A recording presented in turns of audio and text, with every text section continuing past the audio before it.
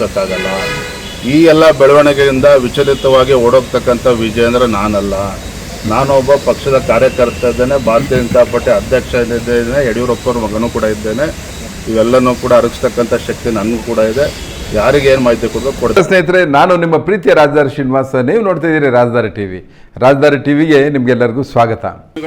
ಹಿಂದೆ ಮಾಜಿ ಮುಖ್ಯಮಂತ್ರಿಗಳು, ನಮ್ಮ ಕೇಂದ್ರದ ಸಚಿವರಾಗಿರುವಂಥ HD ಕುಮಾರಸ್ವಾಮಿ ಅವರು ನನಗೆ ದೂರವಾಣಿ ಕರೆಯನ್ನು ಮಾಡಿದರು. ವಿಜೇಂದ್ರ ಅವರೇ, ನಿಮ್ಮ ರಾಷ್ಟ್ರೀಯ ನಾಯಕರ ಜೊತೆಲಿ ಮಾತನಾಡಿ 3ನೇ ಅಭ್ಯರ್ಥಿಯನ್ನು ನೀವಾದರೂ ಹಾಕಿ ನಾವಾದರೂ ಹಾಕ್ತೇವೆ, ಒಂದು ಫೈಟ್ ಮಾಡೋಣ, ಒಂದು ಸೀರಿಯಸ್ ಆಗಿ, ಯಾವುದೇ ಕಾರಣಕ್ಕೂ ಸುಲಭಕ್ಕೆ ಬಿಟ್ಕೊಡೋದು ಬೇಡ ಅನ್ನೋ ಒಂದು ಒಳ್ಳೆ ಉದ್ದೇಶ ಇಟ್ಕೊಂಡು ಮಾನ್ಯ ಕುಮಾರಸ್ವಾಮಿ ಅವರು ನನಗೆ ಮಾತನಾಡಿದರು. ನಾನು ಕೂಡ ಇಲ್ಲ, ತಾವೇ ಅಭ್ಯರ್ಥಿನ ಹಾಕಿ ನಾವು ಒಟ್ಟಾಗಿ ಸೆಣಸಾಟವನ್ನು ಮಾಡೋಣ ಅನ್ನೋ ಮಾತನ್ನು ಕೂಡ ನಮ್ಮ ರಾಷ್ಟ್ರೀಯ ನಾಯಕರ ಅಭಿಪ್ರಾಯದ ಮೇರೆಗೆ ನಾನು ಅವರಿಗೆ ತಿಳಿಸಿದ್ದೆ. BJP ಆಗಲಿ JDS ಆಗಲಿ ಇಬ್ಬರ ಉದ್ದೇಶ ಒಳ್ಳೆಯದೇ ಆಗಿತ್ತು. ಒಂದು ಫೈಟೌಟ್ ಮಾಡಬೇಕು, ಅದು ಸುಲಭಕ್ಕೆ ಬಿಡ್ಕೊಡ್ಬಾರ್ದು, 3ನೇ ಅಭ್ಯರ್ಥಿಯನ್ನು ಸಾಧ್ಯ ಆದಷ್ಟು ಗೆಲ್ಲುವಂಥ ಪ್ರಯತ್ನ ಮಾಡಬೇಕು ಅಂತ ಹೇಳಿ ಎರಡೂ ಪಕ್ಷಗಳು ಒಟ್ಟಾಗಿ ಪ್ರಯತ್ನ ಮಾಡಿದ್ದು ಸತ್ಯ. ಆದರೆ ನಿನ್ನೆ ಮತದಾನ ಆದಂಥ ಸಂದರ್ಭದಲ್ಲಿ JDS ಪಕ್ಷದಿಂದನೂ ಕೂಡ 6-7 ಅಡ್ಡ ಮತದಾನಗಳಾಗಿದ್ದಾವೆ. BJPಯಿಂದಲೂ ಕೂಡ 5ಕ್ಕೂ ಕನಿಷ್ಠ 4-5 ಅಡ್ಡ ಮತಗಳು ಆಗಿದ್ದಾವೆ ಅನ್ನುವ ಮಾಹಿತಿ ನಮಗೂ ಕೂಡ ಸಿಕ್ಕಿರುವಂಥದ್ದು. ನಾನು ಈ ಸಂದರ್ಭದಲ್ಲಿ ಹೇಳ್ತಕ್ಕಂಥದ್ದು ಇಷ್ಟೇ, ನಮ್ಮದು ಒಂದು ರಾಷ್ಟ್ರೀಯ ಪಕ್ಷ. ನಮ್ಮ ಪಕ್ಷದಲ್ಲಿರ್ತಕ್ಕಂಥ ಶಾಸಕರು ಯಾರು ಅಡ್ಡ ಮತದಾನವನ್ನು ಮಾಡಿದ್ದಾರೆ ಅವರನ್ನು ಕ್ಷಮಿಸ್ತಕ್ಕಂಥ ಪ್ರಶ್ನೆನೇ ಇಲ್ಲ. ಯಾರ್ಯಾರು ಆಟ ಆಡಿರ್ಬೋದು ಅನ್ನುವ ಕೆಲವು ಮಾಹಿತಿಗಳು ಕೂಡ ನಮ್ಮ ಬಳಿಯಲ್ಲಿದೆ. ಈಗಾಗಲೇ ನಮ್ಮ ರಾಷ್ಟ್ರೀಯ ನಾಯಕರ, ರಾಷ್ಟ್ರೀಯ ಅಧ್ಯಕ್ಷರ ಅಪಾಯಿಂಟ್ಮೆಂಟನ್ನು ಕೂಡ ನಾನು ಬೆಳಗ್ಗೆ ಕೇಳಿದ್ದೇನೆ. ಸಾಧ್ಯ ಆದರೆ ಇವತ್ತೇ ಕೊಡಿ ಅಥವಾ ಯಾವಾಗ ಕೊಟ್ಟರು ಕೂಡ ನಾನು ತಕ್ಷಣ ಬರ್ತೇನೆ. ರಾಜ್ಯದ ಪ್ರಸಕ್ತ ರಾಜಕೀಯ ಬೆಳವಣಿಗೆಗಳ ಬಗ್ಗೆ, ವಿಧಾನ ಪರಿಷತ್ನಲ್ಲಾದಂಥ ಅಡ್ಡ ಮತದಾನದ ಬಗ್ಗೆ ಇವೆಲ್ಲವನ್ನು ಕೂಡ ವಿವರಿಸಬೇಕು ಅಂತೇಳಿ ನಾನು ಮನವಿಯನ್ನು ಕೂಡ ಮಾಡಿದ್ದೇನೆ. ಬಹುಶಃ ಇವತ್ತು ಅಥವಾ ಸೋಮವಾರ ಯಾವಾಗ ಸಮಯವನ್ನು ಕೊಡ್ತಾರೆ ನಾನು ಅವ್ರನ್ನ ಭೇಟಿ ಮಾಡಿ, ರಾಷ್ಟ್ರೀಯ ಅಧ್ಯಕ್ಷನ ಭೇಟಿ ಮಾಡಿ ಸಂಪೂರ್ಣವಾಗಿ ವಿವರಣೆಯನ್ನು ನೀಡುವಂಥ ಕೆಲಸ ನಾನು ಮಾಡ್ತೇನೆ. ಆದರೆ ಒಂದಂತೂ ಸತ್ಯ, ಯಾರು ಮೀರ್ ಸಾಧಕರುಗಳಿದ್ದಾರೆ ನಮ್ಮ ಪಾರ್ಟಿನಲ್ಲಿ ಅದನ್ನು ಪಕ್ಷ ಖಂಡಿತವಾಗಿ ಗಂಭೀರವಾಗಿ ತೆಗೆದುಕೊಳ್ತದೆ.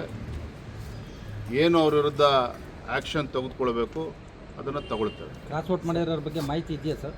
ಕೆಲವು ಮಾಹಿತಿಗಳಿದ್ದಾವೆ, ಎಲ್ಲವನ್ನು ಕೂಡ ನಾವು ಬಹಿರಂಗವಾಗಿ ಚರ್ಚೆ ಮಾಡೋದಕ್ಕೆ ಸಾಧ್ಯ ಅಲ್ಲ. But let me assure you, ಒಂದು ರಾಷ್ಟ್ರೀಯ ಪಕ್ಷವಾಗಿ there is limit for everything. ಈಗಾಗಲೇ ನಮ್ಮ ಭಾಜಪದಲ್ಲಿ ಗೊಂದಲಗಳ ಬಗ್ಗೆ ಸಾಕಷ್ಟು ಚರ್ಚೆಗಳಾಗಿದ್ದಾವೆ. ಇದನ್ನು ಈ ಸಂದರ್ಭ ಉಲ್ಲೇಖ ಮಾಡೋದಕ್ಕೆ ಹೋಗೋದಿಲ್ಲ. ಕಾರ್ಯಕರ್ತರು ಬೇಸತ್ತಿದ್ದಾರೆ ನಮ್ಮ ನಡವಳಿಕೆಯಿಂದ. ಆದರೆ ಒಬ್ಬ ಚುನಾಯಿತ ಪ್ರತಿನಿಧಿ, ಭಾರತೀಯ ಜನತಾ ಪಾರ್ಟಿ ಟಿಕೆಟ್ನಲ್ಲಿ ಗೆದ್ದಿರ್ತಕ್ಕಂಥ ಶಾಸಕರುಗಳು ಈ ಮಟ್ಟಕ್ಕೆ ಹೋಗ್ತಾರೆ ಅಂತ ಹೇಳಿದ್ರೆ ಎಲ್ಲೋ ಒಂದು ಕಡೆ ಗೆರೆ ಎಳೆಯುವಂಥ ಕೆಲಸ ಒಂದು ರಾಷ್ಟ್ರೀಯ ಪಕ್ಷವಾಗಿ ಅದು ಮಾಡಬೇಕಾಗ್ತದೆ. ಅದನ್ನು ನಮ್ಮ ರಾಷ್ಟ್ರೀಯ ಅಧ್ಯಕ್ಷರು ಕೂಡ ನಾನು ಈ ವಿಚಾರವನ್ನು ಚರ್ಚೆ ಮಾಡ್ತೀನಿ. ಕುಮಾರಸ್ವಾಮಿ ಅವರು ಹೇಳ್ತಾರೆ ಸಹಜವಾಗಿ ಅವ್ರು ನೋವಾಗಿದ್ದಾರೆ. ಕುಮಾರಸ್ವಾಮಿ ಅವರಾಗಲಿ ನಾವಾಗಲಿ ಅಥವಾ ಕುಮಾರಸ್ವಾಮಿ ಅವರು ಚರ್ಚೆ ಮಾಡಿದಾಗ ಒಳ್ಳೆ ಉದ್ದೇಶ ಹಿಡ್ಕೊಂಡೆ ಇಬ್ಬರು ಕೂಡ ಕ್ಯಾಂಡಿಡೇಟ್ ಹಾಕೋಣ ಅಂತೇಳಿ ತೀರ್ಮಾನ ಮಾಡಿರುವಂಥದ್ದು. ಅವರೇನು ಏಕಾಂಗಿಯಾಗಿ ನಿರ್ಧಾರ ಮಾಡಿಲ್ಲ. ಪಾಪ ನಮ್ಮ ಜೊತೆ ಚರ್ಚೆ ಮಾಡೇನೆ ನೀವೇ ಅಭ್ಯರ್ಥಿ ಅಂತ ಹಾಕಿ ಅಂತ ಹೇಳಿದ್ರೆ, ಇಲ್ಲ ನೀವೇ ಹಾಕಿ ಕುಮಾರಸ್ವಾಮಿ ಅವರದ್ದು ನಾವೇ ಅವ್ರಿಗೆ ಹೇಳಿರ್ತಕ್ಕಂಥದ್ದು. ಅವರೇನು ಒತ್ತಾಯಪೂರ್ವಕವಾಗಿ ಅವರೇನು ಹಾಕಿಲ್ಲ. ಈ ಎರಡೂ ಪಕ್ಷಗಳು ಕೂತು ತೀರ್ಮಾನ ಮಾಡೇ ಆಗಿರುವಂಥದ್ದು. ಹಾಗಾಗಿ ಒಂದು ಅವರ ಪಕ್ಷದಲ್ಲೂ ಕೂಡ ಒಂದು 6-7 ಮತಗಳು ಅಡ್ಡ ಮತದಾನ ಆಗ್ತದೆ ಅಂತ ಹೇಳಿದ್ರೆ ಅವರೂ ಕೂಡ ನೋವಾಗ್ತಕ್ಕಂಥದ್ದು ಸಹಜ. JDS ಪಕ್ಷಕ್ಕೆ ಎಷ್ಟು ನೋವು ಬೇಸರ ಆಗಿದೆ, ನಮಗೂ ಕೂಡ ಅಷ್ಟೇ ಬೇಸರ ಆಗಿದೆ. ನಾವು 2 ಸ್ಥಾನಗಳನ್ನು ಗೆದ್ದಿರ್ಬೋದು, ಆದರೆ ನಮಗೂ ಕೂಡ ಅಪಮಾನ ಆಗಿದೆ. ನಮ್ಮ ಶಾಸಕರು ಕೂಡ ಅಡ್ಡ ಮತದಾನ ಆಗಿದೆ. ಹಾಗಾಗಿ ಇದನ್ನು ಭಾಳ ಗಂಭೀರವಾಗಿ ತೆಗೆದುಕೊಳ್ತೇವೆ. ನಮ್ಮ ವರಿಷ್ಠರು ನಾನು ಕೂಡ ಭೇಟಿ ಮಾಡ್ತೇನೆ. ಇದನ್ನು ತಾರ್ಕಿಕ ಅಂತ್ಯಕ್ಕೆ ತೆಗೆದುಕೊಂಡು ಹೋಗ್ತಕ್ಕಂಥ ನಿಟ್ಟಿನಲ್ಲಿ ನನ್ನ ಅಭಿಪ್ರಾಯ ಏನಿದೆ. ನಮ್ಮ ಅವರು ಹೇಳ್ತಾರೆ 5 ಜನ JDS ಇಂದ ಅಡ್ಡ ಮತದಾನ ಆಗಿದೆ ಅಂತ ಹೇಳ್ತಾರೆ. ಅದು ನಿಮಗೆ ಹಂಗಾರೆ ಸರ್? ನೋಡಿ, ಕಾಂಗ್ರೆಸ್ಸಿನ ಆಂತರಿಕ ಗೊಂದಲದಿಂದ JDS ಪಕ್ಷಕ್ಕೆ ಕನಿಷ್ಠ 4-5 ಮತಗಳು ಬರಬಹುದು ಅನ್ನೋ ಲೆಕ್ಕಾಚಾರ ಅವ್ರಿಗೂ ಕೂಡ ಇತ್ತು. ಆದರೆ ಅದು ಆಗಿಲ್ಲ. ಮತ್ತು ಜೆ ಡಿ ಎಸ್ಸಿನ 18 ಮತಗಳು ಇಂಟ್ಯಾಕ್ಟ್ ಇರ್ತದೆ ಅಂತೇಳಿ ಪಾಪ ಅವ್ರು ಅಂದ್ಕೊಂಡಿದ್ರು, ಅದು ಕೂಡ ಅದು ಆಗಿಲ್ಲ. ನಾವು ಕೊಟ್ಟಂಥ ಮತಗಳು ವ್ಯತ್ಯಾಸ ಆಗಿದೆ ಅನ್ನೋದನ್ನು ಅವ್ರು ಹೇಳಿದ್ದಾರೆ. ಎಲ್ಲವೂ ಕೂಡ ಇವತ್ತಲ್ಲ ನಾಳೆ ಸಂಪೂರ್ಣ ಒಂದು ಚಿತ್ರಣ ನಮಗೆ ಸಿಕ್ಕೇ ಸಿಗುತ್ತೆ. ನಮ್ಮ ಶಾಸಕರು ಜೆ ಡಿ ಎಸ್ ಪಕ್ಷಕ್ಕೆ ಅನ್ಯಾಯ ಮಾಡಿದ್ರು ಕೂಡ ದ್ರೋಹನೇ, ತಾಯಿಗೆ ಮೋಸ ಮಾಡೋದಂತೆ. ಬಿ ಜೆ ಪಿ ಶಾಸಕರು ನಮ್ಮ ಬಿ ಜೆ ಪಿ ಅಭ್ಯರ್ಥಿಗೆ ಮೋಸ ಮಾಡಿದ್ರು ಕೂಡ ಅದು ತಾಯಿಗೆ ಮೋಸ ಮಾಡೋದಂತೆ. ಹಾಗಾಗಿ ಇದನ್ನು ಭಾಳ ಗಂಭೀರವಾಗಿ ಪರಿಗಣಿಸ್ತಾರೆ. ಸರ್, ಈಗ ಜಾರ್ಖಂಡ್ ಅಂತ ರಾಜ್ಯದಲ್ಲೇ ಒಂದು ಸೀಟಿಗೋಸ್ಕರ 17 ಜನ ಇದನ್ನು ಮಾಡ್ತಾರೆ. ಆದರೆ ಇಲ್ಲಿ ನಿಮ್ಮ 64 ಜನ ಕ್ಯಾಂಡಿಡೇಟ್ ಇದ್ರೂ ಸಹ 3 ನೀವು ನಿಮ್ಮ ಪ್ರಕಾರ ಅಧಿಕೃತವಾಗಿ ಕ್ರಾಸ್ ವೋಟಿಂಗ್ ಆಗುತ್ತೆ ಅಂದರೆ ಏನು ಸರ್ ಅರ್ಥ? ಬಿಜೆಪಿ ಪರಿಸ್ಥಿತಿ ಹೇಗಿದೆ ಅಂತ ರಾಜ್ಯದಲ್ಲಿ? ಅದಕ್ಕೆ ಪೂರಕವಾಗಿ ಹೇಳ್ತೀನಿ. ನೀವೇ ಒಂದು ಪ್ರಸ್ತಾಪ ಮಾಡಿದ್ರಿ, ಈಗ ನಮ್ಮ ಕಾರ್ಯದಿಂದ ಕಾರ್ಯಕರ್ತರೆಲ್ಲ ಬೇಸರಗೊಂಡಿದ್ದಾರೆ ಅಂತ. ಸೊ ನಿಮಗೆ ಇವತ್ತು ನಿಮ್ಗೆ ಅರಿವು ಬಂದಿದೆ, ನೀವು ಹೇಳಿದ್ರಿ ಮೈ ಡಿಯರ್ ಫ್ರೆಂಡ್, ಇವತ್ತಲ್ಲ ನನಗೆ ಅರಿವು ಬಂದಿರೋದು. ನಾನು ಕೂಡ ಒಬ್ಬ ರಾಜ್ಯದ ಅಧ್ಯಕ್ಷನಾಗೂ ಕೂಡ ಪಕ್ಷದ ಆಂತರಿಕ ಬೆಳವಣಿಗೆಯನ್ನು ಗಂಭೀರವಾಗಿ ಗಮನಿಸ್ತಾ ಇದ್ದೇನೆ. ನಾನೊಬ್ಬ ಕಾರ್ಯಕರ್ತನಾಗಿ ಇವತ್ತು ಮಾತನಾಡ್ತಾ ಇದ್ದೇನೆ. ರಾಜ್ಯದ ಭಾಜಪದ ಅಧ್ಯಕ್ಷರಾಗೂ ಕೂಡ ನಾನು ಮಾತನಾಡ್ತಾ ಇದ್ದೇನೆ. ನಾನು ಭಾಜಪ ಅಧ್ಯಕ್ಷ ಅನ್ನೋದಕ್ಕಿಂತ ಮುಂಚಿತವಾಗಿ ನಾನು ಭಾರತೀಯ ಜನತಾ ಪಾರ್ಟಿ ಕಾರ್ಯಕರ್ತ.